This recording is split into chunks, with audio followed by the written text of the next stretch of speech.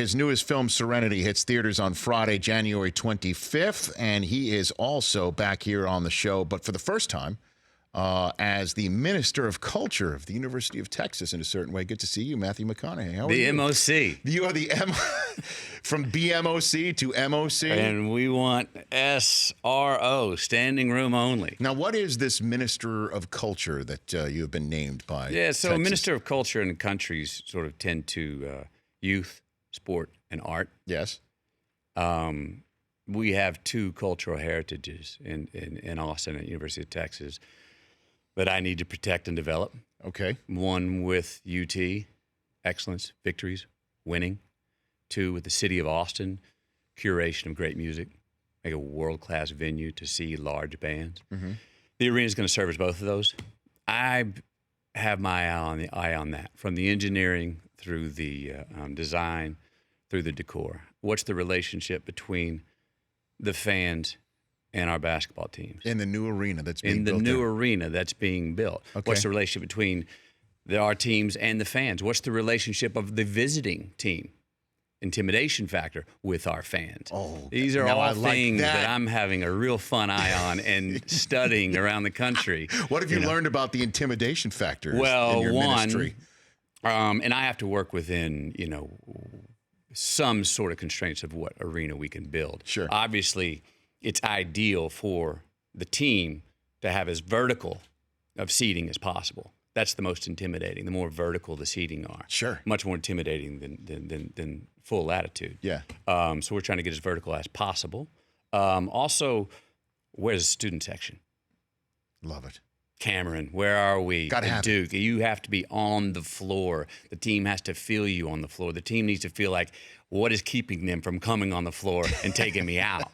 Right. So there's a call to arms, not only to our fans, but in the design and the ergonomics of how you will flow through this arena and how you are involved in the game. And hopefully that it's basically to develop and have, engineering-wise, a home court advantage. So this is some of the stuff that's on your plate as you're going about your business, just doing whatever you're doing. It's fun to do, I too. bet it is. And where does the Minister of Culture stand on Bevo rushing a dog? Loved it. Absolutely loved it. A bulldog. Absolutely. Not just a bulldog, a Georgia bulldog. I mean. And then that pregame is exactly what happened. We're showing the video right game. over there. I mean, come on. Now, this could have gotten obviously uglier, but yes, so and now our handler says it had nothing to do with the dog. What do we have this here? Says he was upset and he didn't, They were not going to lose that day. It was a coincidence that the dog was there. It looked intentional to me. All I know from Bevo. All I know is amazing. It happened during the Rose Bowl itself. So Ohio State's playing Washington, and we're getting ready for that game. We're getting ready for Texas and Georgia afterwards. And all of a sudden, Twitter's lighting up. This starts lighting up. That went I was standing nuts. right in front of it. You when this were? happened, yeah. So were you waving a red flag? No, the crowd just backed something? up this way, and we all went, "What the hell was that?" And then you saw it break up, and they go, "Oh, Bevo just got a little kick in his step there," and went after the bulldog. And that definitely set the tone, right? That was the tone. tone. A tone setter. I mean, we came out and ran downhill on Georgia. And the team was very quietly confident. Those are the kind of games where, and I've been around a lot of UT teams and college teams, they don't need a rah-rah speech before a game like that. The team doesn't. Sometimes you need a rah-rah speech when you're playing the team you're supposed to beat by 35. But the team was quietly confident, very secure. And this team's really grown over the year. And Herman's been great with time off and going in as an underdog.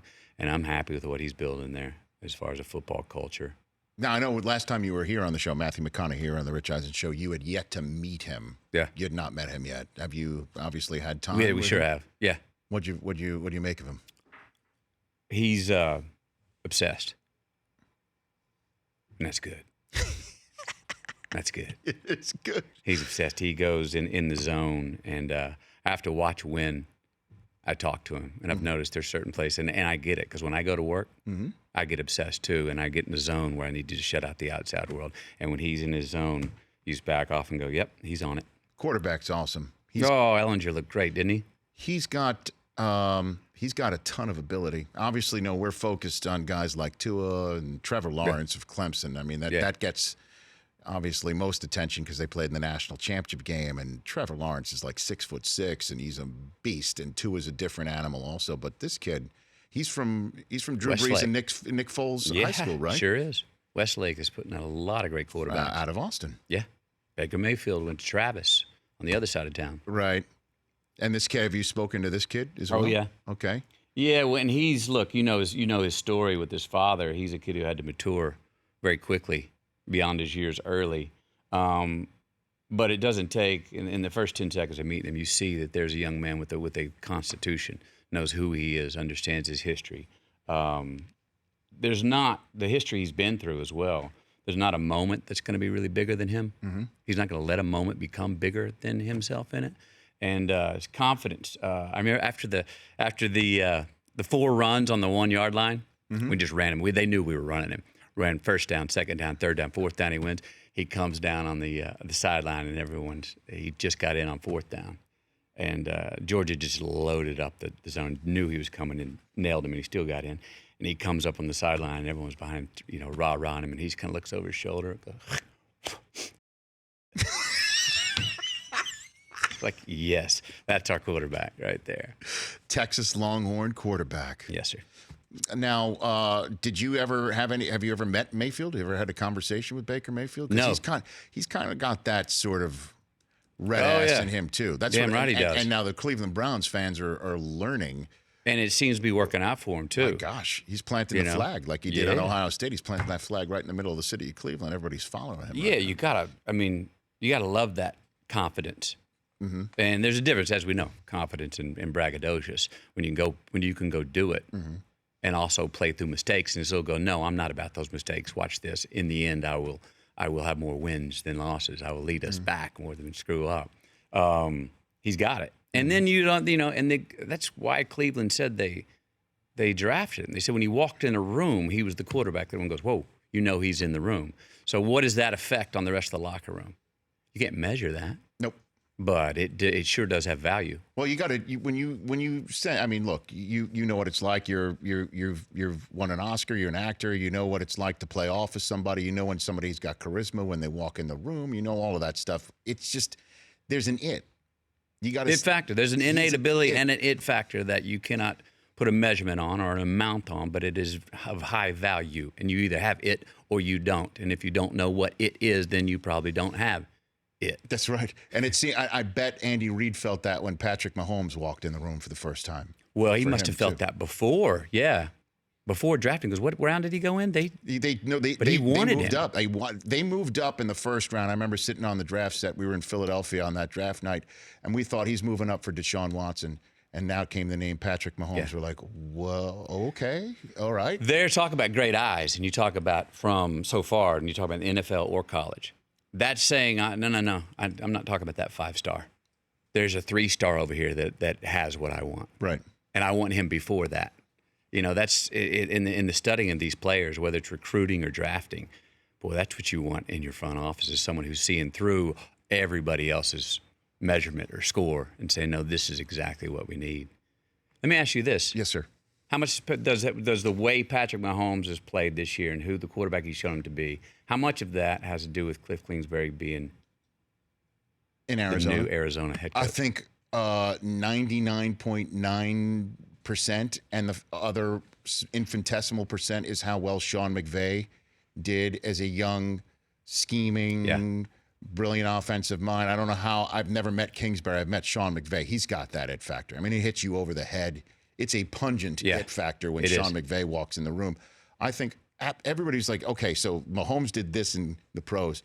Let's get the guy who had him in college, right? Let's go get him and see. But not as an offensive coordinator. No, as a head coach. The whole shooting match. Look at what happened in 2 weeks. Mm-hmm. Fired from Texas Tech. Yeah. Fired from Texas Tech. Yeah. Not I'm leaving. Yeah, out. Get out. With the national championship. You're right. I'm out of Lubbock. Mm-hmm. Going to USC. Mm-hmm. That was already more than a lateral move after being fired. Yep. Boom. Within a week, he's Arizona head coach. Exactly. Wild trajectory. Where the Jets wanted him, too, for Sam Darnold, the USC guy. They wanted him too, and he went to Arizona for whatever reason. But Josh Rosen's no slouch. They want him to turn Josh Rosen into what McVay's turned Goff into, and what Matt Nagy's turned Trubisky into in Chicago. Everybody wants that little piece. Everyone wants that taste. Matthew McConaughey here on the Rich Eisen Show.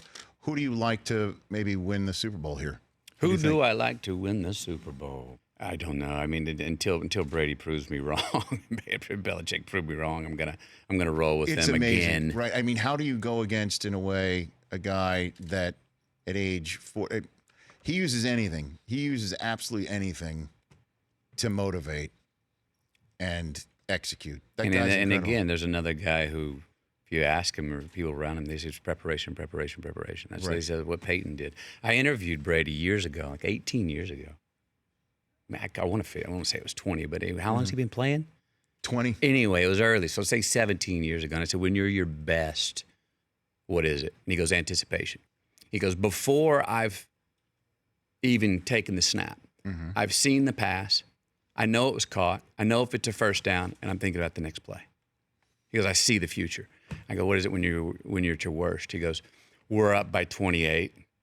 I got an out route, and right before I let go, I think in my mind, oh, if you're going to miss it to the outside, not the inside, till you don't get the pick. I throw the pick.